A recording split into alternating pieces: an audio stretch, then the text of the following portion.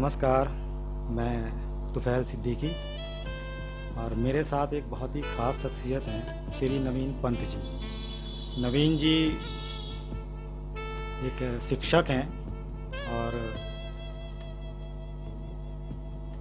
कहते हुए तो दुख हो रहा है, लेकिन दिव्यांग की श्रेणी में भी आते हैं। और खुशी की बात यह है कि इन्होंने कभी भी इस अपने दिव्यांग होने को कभी अपनी मजबूरी नहीं माना, बल्कि इसे एक यूँ कहिए खेल खेल में अपनी ताकत बनाया और उसी के बूते में कहूँगा कि आज एक सम्मानित शिक्षक के पद पर कार्यरत है। तो नवीन जी से आज एक छोटी सी मुलाकात और नवीन जी से हम बातचीत करेंगे। नवीन जी, बहुत धन्यवाद आपका हमें समय देने के लिए, बहुत स्वागत है आपका। तो एक चीज़ मैं और बताना चाहता हूँ कि नवीन जी मेरे छोटे भाई जैसे ही हैं। हम बचपन से साथ रहे हैं, एक कॉलोनी में ही रहे हैं, तो हमारा परिचय है, अच्छा परिचय है। और इस मुलाकात की ख़ास वजह जो है वो यही है कि नवीन जी को बचपन से मैंने देखा है, तो इनका जो शिक्षक बनना रहा है, मैं वो चीज़ जो है खुद भी जानना चाहता था और समाज के सामने भी मेरी ऐसी इच्छा थी कि मैं उस चीज़ को लेकर आऊँ कि किस तरह से एक इस क्षेत्र में एकदम से आए, इतने सम्मानित पद पे हैं आज ये, और उसका जो संघर्ष है उस क्षेत्र में आने का नवीन जी का। उसके अलावा और भी थोड़ी बहुत बातचीत करेंगे।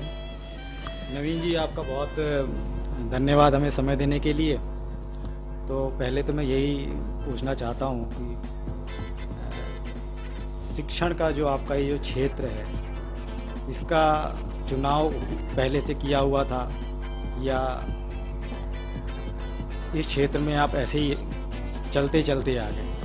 हाँ, ये आपने सही कहा है कि ऐसे पहले से बचपन से ऐसा सोचा समझा कोई प्लान नहीं था।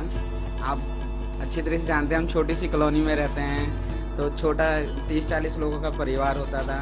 तो साथ ही हम लोग खेलते थे, पढ़ते थे। तो जैसे हम 12वीं में गए तो 9वीं के बच्चों ने बोल दिया कि भैया थोड़ी हेल्प कर दो।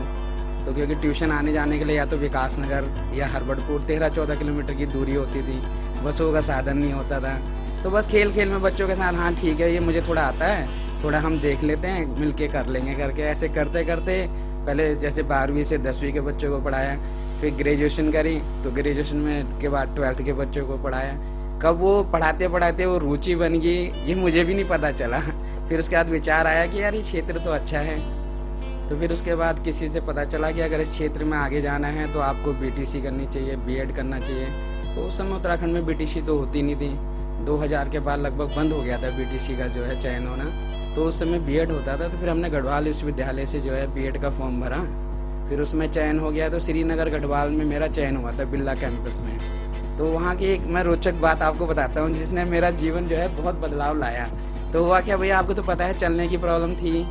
तो हमारा जो बीएड का जो हमारा क्लासेस लगती थी वो लगती थी 3rd फ्लोर पे क्लासेस लगती थी हमारी। और जब हम फर्स्ट डे मतलब जब अपना डॉक्यूमेंट का वेरिफिकेशन कराने गए तो वहाँ पर हमारे डीन थे। तो उन्होंने मुझे कहा कि नवीन जी आप कैसे रोज़ अप डाउन करोगे डेली, कि इतना ऊपर आना जाना है कि आप यहाँ नहीं कर पाओगे, आप इस रोज़ को छोड़ दो। मैंने कहा नहीं सर, मैंने कहा मेरी अब इच्छा है इसको करने की और मेरी पहली चॉइस भी, हालांकि मुझे डीएवी कॉलेज भी मिल सकता था देहरादून का, लेकिन मैंने कहा कि एक बार जो है यूनिवर्सिटी का भी जो है देखा जाएगी। एक सपना था कि यूनिवर्सिटी कैंपस कैसा होता है, कैसी है। हाँ, वो मेरी रुचि मतलब इच्छा थी, क्योंकि कॉलेज में तो रेगुलर क्लासेस नहीं ले पाते थे। तो ये सोच के मैंने बिरला कैंपस का जो ऑप्शन रखा और वो फर्स्ट चॉइस मुझे मिल गई। तो जब डीन सर ने बोला कि नहीं, कि आप यहाँ नहीं कर पाओगे, कि आप इसको छोड़ दो, तो फिर मैंने सर को एक ही बात बोली। मैंने कहा सर हम 4 लोग ऊपर सीढ़ी चढ़ने के लिए आते हैं। मैंने कहा फ़र्क बस इतना है कि एक बंदा 5 मिनट में पहुंच जाएगा और मैं 15 मिनट में पहुंच जाऊंगा। तो मैंने कहा सर मैं 15 मिनट पहले घर से निकलूँगा और मैं ये कर लूँगा। तो इस बात से हमारे सर इतने इम्प्रेस हुए कि उन्होंने कहा अब आप यहीं रहेंगे। और उन्होंने मुझे हॉस्टल का कमरा भी दिलवाया और बिल्कुल नियर ही हॉस्टल भी दिलवाया। और फिर उनका अब आप यहीं से कीजिएगा। तो ये बड़ी प्रेरणादायक मेरा ये एक तरह से आपके जज्बे की भी बात है। हाँ, तो ये पता नहीं कैसे एक भावना सी आई जब उन्होंने कहा आप रहने दो। मैंने कहा यार इतनी मेहनत करी है, एग्ज़ाम भी दिया, सिलेक्शन भी हो गया है और मैं अपनी चॉइस से मैंने मांगा था। अब वहाँ की परिस्थितियाँ थोड़ी विषम है करके मुझे भी नहीं पता था, क्योंकि हम तो सामान्यतः देहरादून जिले में रहे हैं। वो एकदम से 3rd फ्लोर पे और बीएड के क्लासेस, और एक मेरे लिए वो पूरा वो भी चेंज नहीं कर सकते थे सिस्टम। तो तब मेरे मन में पता नहीं कहाँ से ऐसा विचार सा आया। मैंने कहा सर मेरा तो ये मानना है कि सभी लोग आएंगे क्लासेस में। मैंने कहा कोई 5 मिनट पहले पहुँचेगा तो मैं 10 मिनट बाद चलूँ, पहले चलूँगा तो पहुँचेंगे हम साथ ही। तो मैंने कहा ऐसे अगर कोई समस्या होगी तो मैं इसको मैनेज कर लूँगा। तो तब हमारे सर बड़े खुश हुए, उन्होंने कहा आप कैंपस में ही रहिए। मैंने रूम भी ले लिया था बाहर। उन्होंने कहा नहीं कि आपको इसमें हमारी तरफ से जो है जितना हो सकेगा हम आपकी मदद करेंगे। तो बड़ा मतलब प्रेरणादायक रहा था वो एक बात। नवीन जी जो है इस समय राजकीय प्राथमिक विद्यालय बाड़वाला में कार्यरत हैं और करीब 7 साल से, करीब 7 से अधिक वर्षों से वहाँ पर अपना शिक्षण का कार्य नवीन जी बहुत अच्छे से कर रहे हैं। नवीन जी अपने आप में एक प्रेरणा स्रोत हैं दूसरे बच्चों के लिए, समाज के लिए, और ख़ास तौर से नवीन जी जो परिस्थिति को फेस कर रहे हैं उस वर्ग के लोगों के लिए तो बहुत, जैसे अभी नवीन जी ने एक उदाहरण भी दिया कि सीढ़ी चढ़ने की जो समस्या थी उसको कैसे उन्होंने अपने जज्बे से पार पाया, और डीन महोदय ने उनके जज्बे को देखते हुए उनको प्रवेश दिया। तो ये बहुत बड़ी बात है। इसके अलावा मैं बताना चाहता हूँ कि नवीन जी बिल्कुल सामान्य बच्चों की तरह बचपन में खेलते कूदते, कभी अपनी दिव्यांगता को इन्होंने समस्या माना ही नहीं। यहाँ तक कि क्रिकेट भी सामान्य बच्चों की तरह सामान्य बच्चों के साथ पूरी एनर्जी के साथ, स्फूर्ति के साथ खेला करते थे। सभी खेल, गुल्ली डंडा ले लीजिए, कंचे ले लीजिए, क्रिकेट ले लीजिए, सभी तरह के खेल खेलते। और एक चीज़ ये थी नवीन जी, बचपन में आपकी माता जी, हम देखते थे आंटी जी को कि वो बहुत परेशान रहती थी आपको लेकर। ख़ास तौर से बचपन में सभी बच्चे शरारत करते थे, लेकिन वो थोड़ी सी आपकी तरफ से ज़्यादा परेशान इस वजह से भी रहती थी कि आपके साथ इस तरह की परिस्थिति थी। लेकिन अंदर ही अंदर आप वो पढ़ाई में जो आपके अंदर स्किल आपने जो डेवलप की अपने अंदर, जिसकी वजह से आज आप एक शिक्षक हैं, थोड़ा सा उसके बारे में मैं जानना चाहूँगा कि कैसे आपने वो विषयों को अपने मजबूती से, जिसकी वजह से आप एक शिक्षक बनने की ओर अग्रसर हुए। थोड़ा सा उसके बारे में आप मुझे ज़रूर बताइए। इसमें भैया ऐसा ही था। मैंने आपको बताया कि कॉलोनी हमारी छोटी थी, तो हमारे पास ट्यूशन जाने के ज़्यादा संसाधन भी नहीं थे। तो हम जैसे हम कोई समस्या होती थी तो अपने बड़े किसी भाई को, किसी बहन को कॉलोनी में उनसे मदद ले लेते थे। अच्छा, कोई हमसे मदद लेता था तो हम भी उसके लिए, हम समझते थे इस चीज़ को कि ठीक है यहाँ से हमारे घर से दूरी बहुत ज़्यादा है, क्योंकि हम उत्तराखंड जल विद्युत निगम की कॉलोनी में रहे हैं कुल्हाल में। तो वो पावर प्रोजेक्ट ज़्यादातर किनारों पे और आबादी से दूर रहे हैं ज़्यादातर। हाँ, कॉलोनियाँ होती थी प्रोजेक्ट के साथ ही, तो हम बचपन में वहीं पले बड़े, तो खेल कूद भी अपना भाइयों के साथ वही रहता था। तो वहीं पर से बस धीरे धीरे जैसे ये किसी के साथ पढ़ते गए, पढ़ाते रहे, तो उस विषय के प्रति रुचि उत्पन्न होती रही। मैंने कहा ये मतलब ये तो अच्छा वो है कार्य करने, ये क्षेत्र में जो है कार्य किया जा सकता है। एक इसमें से मैसेज हम ये कह सकते हैं कि अगर आपके पास संसाधन नहीं भी है और आपकी उसमें रुचि आती है, तो आप आसपास से भी सहयोग लेके, अपने मित्रों से और दूसरे बच्चों को सहयोग दे के उसमें आप आगे बढ़ सकते हैं। बहुत सारे लोगों को ये एक्सक्यूज़ रहता है कि संसाधन नहीं है, उन्हें आगे जाने का मौका नहीं मिला, वो निकल नहीं पाए, पैसे की कमी थी, मार्गदर्शन की कमी थी। लेकिन आपके केस में अगर हम देखें तो कमियों को तो आपने दरकिनार कर दिया, वहीं आपस में आपने सहयोग लिया, दूसरे बच्चों को सहयोग दिया, वहीं आपकी रुचि उत्पन्न हुई। और माने कुछ प्राइमरी और उससे जूनियर हाई स्कूल तक अगर हम कहें तो बहुत ज़्यादा मुझे लगता है कि अध्ययन के क्षेत्र में भी हम नहीं सुन पाए कि आप का जो अध्ययन है वो बहुत गहन ना, ऐसे कुछ विशेष मैं सही कह रहा हूँ? हाँ, नहीं सही कह रहे हैं आप, क्योंकि उस तरफ रुचि थी नहीं। वो रुचि 11वीं 12वीं में जाके हुई, जब पढ़ने लगे तो फिर छोटे बच्चों ने कहा कि भैया हमें 8th तक गणित में पढ़ा दो, 9th के बच्चों ने कहा कॉमर्स पढ़ा दो। तो फिर ऐसा लगा यार ये, क्योंकि हम किसी से मदद ले रहे हैं ये संसाधनों की कमी थी, तो उसी तरफ मैंने कहा थोड़ा इनका जो है अपना वहीं से डाइवर्ट हो गया माइंड, पता ही नहीं चला कि कब जो है पढ़ने पढ़ाने के प्रति रुचि उत्पन्न होगी, वरना उससे में तो खेल खेल में लिया जा गया है। जूनियर हाई स्कूल के बाद ही ये रुचि उत्पन्न हुई मुख्य रूप से, है ना। तो चलिए खैर, ये तो एक तरह से स्पष्ट हो गई सारी बातें। अब मैं थोड़ा सा ये जानना चाहूँगा, आप एक शिक्षक हैं, शिक्षक के लिए ऐसा कहा जाता है कि सारी दुनिया जहाँ की मशीनें जो इंसान बनाता है उस इंसान को शिक्षक बनाता है, यानी कितनी बड़ी बात है शिक्षक के महत्व के लिए। आप अब शिक्षक हैं, आप कैसे इन सब चीज़ों को देखते हैं? शिक्षक होना और समाज को राह दिखाने वाली बात एक कही जाती है, आपके हाथों में देश का भविष्य होता है, इतना महत्वपूर्ण काम लगता है अपना आपको? नहीं, ये तो सही बात है, क्योंकि हम भी जब हमें शुरू में जब हम पढ़ते थे तो हम टीचर से डरते थे, क्योंकि पहले की परिस्थितियाँ थोड़ी बड़ी विषम थी कि पूछा अपने दिल की बात नहीं बोल पाते थे। तो काफ़ी बार मुझे ऐसा लगता था कि यार ये पूछूं नहीं पूछूं, तो उसमें एक भय हो जाता था, हिचक रहती थी, टीचर से दूरी रहती थी थोड़ा उस समय की जो है, मन में प्रश्न होता था लेकिन हम पूछ नहीं पाते। हाँ, तो मैं अपने शिक्षण कार्य में भी वही, मतलब मेरा शुरू से ऐसा रहता है कि बच्चों के साथ एक जो है माहौल ऐसा रहे कि उनके अंदर भय ना रहे। आपने एक ऐसा मित्रतापूर्ण माहौल बना के रखा हुआ है ताकि बच्चे बेहिचक आपसे प्रश्न कर सकें, सवाल कर सकें और अपने मन की बात आपके सामने रख सकें। जैसे मतलब पहले मार से कितना वो होता था, तो अगर आज हम किसी बच्चे के कंधे में हाथ रखते हैं तो उसका कितना आत्मविश्वास बढ़ता है। ये चीज़ का एहसास हम अब करते हैं कि ये अगर हमारे क्या होता तो शायद जो हम आज हम और उसको जो अपना इम्प्रूव कर सकते थे अपनी पढ़ाई। जो माहौल आज आप बच्चों को दे रहे हैं, यदि वैसा माहौल आपके समय में मिला होता तो निश्चित ही आप आज और उच्च पद पर होते और ऊंचाई पर होते, मतलब और सफलता को हम ये सोच सकते हैं कि और भी हम आगे हो सकते थे करके।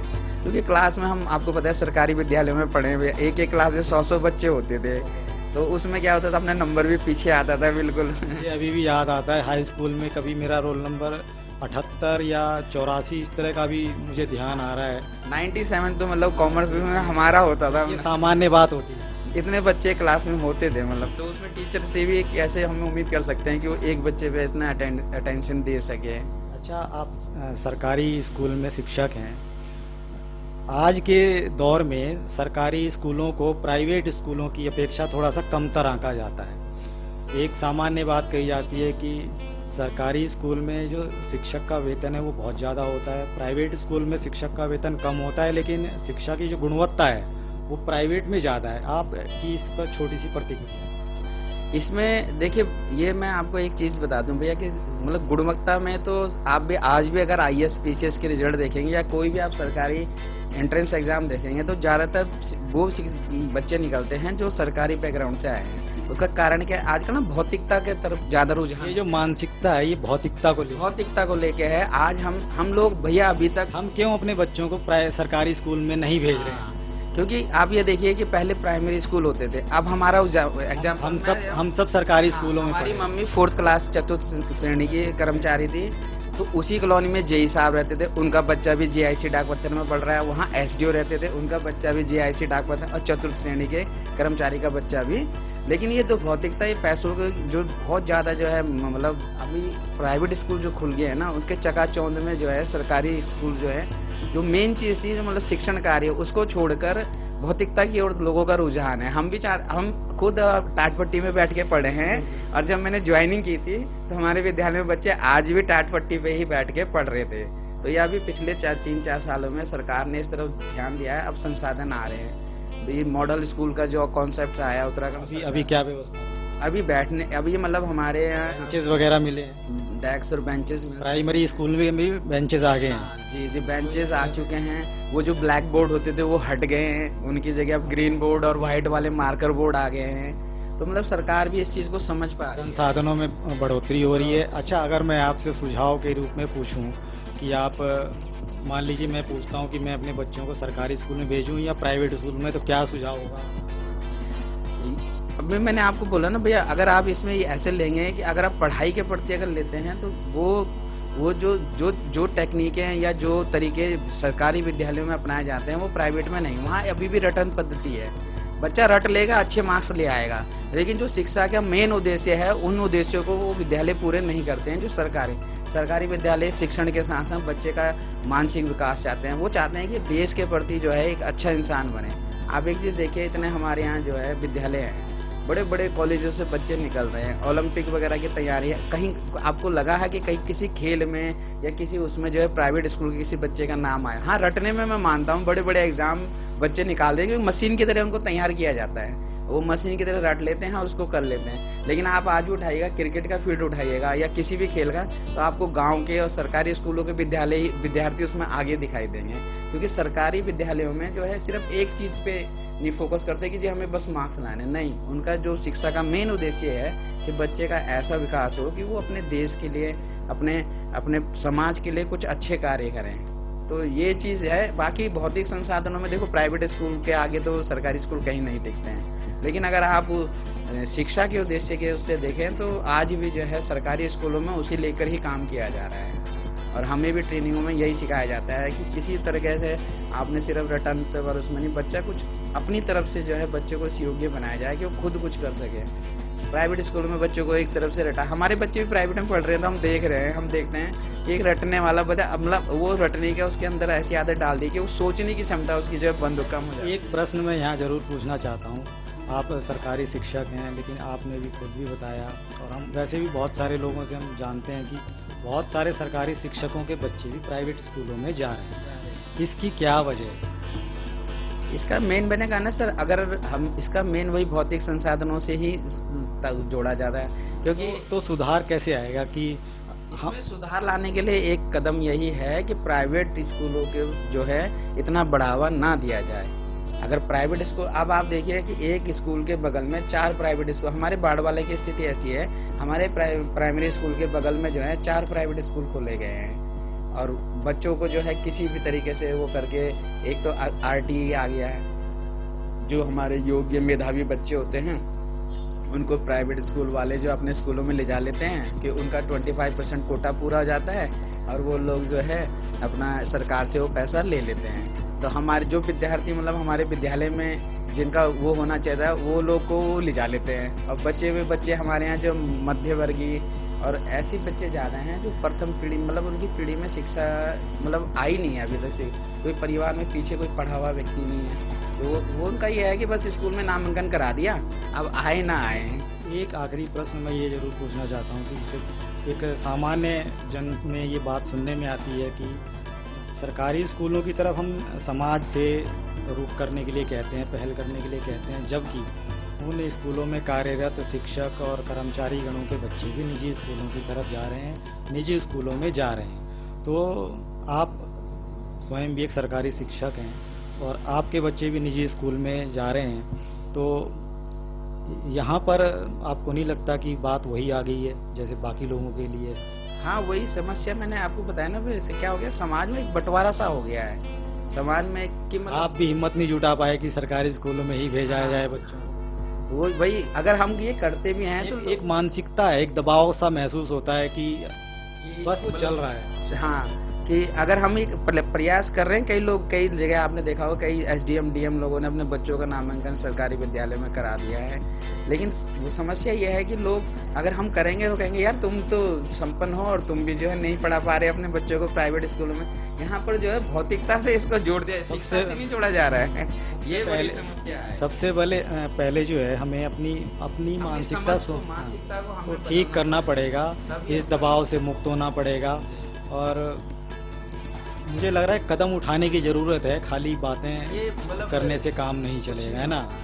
अब आपके ही बच्चे जा रहे हैं, मेरे ही बच्चे जा रहे हैं और हम बात कर रहे हैं, इसका कोई औचित्य नहीं है। हाँ। फिर हम चाहते हैं कि समाज में सुधार आए, बदलाव आएगा मानसिकता। और हकीकत ये है कि सरकारी स्कूलों में गुणवत्ता अच्छी है, शिक्षा की गुणवत्ता अच्छी है, संसाधन सरकार धीरे धीरे दे रही है, ला रही है। हमसे बातचीत करने के लिए बहुत धन्यवाद आपका। थैंक यू, धन्यवाद।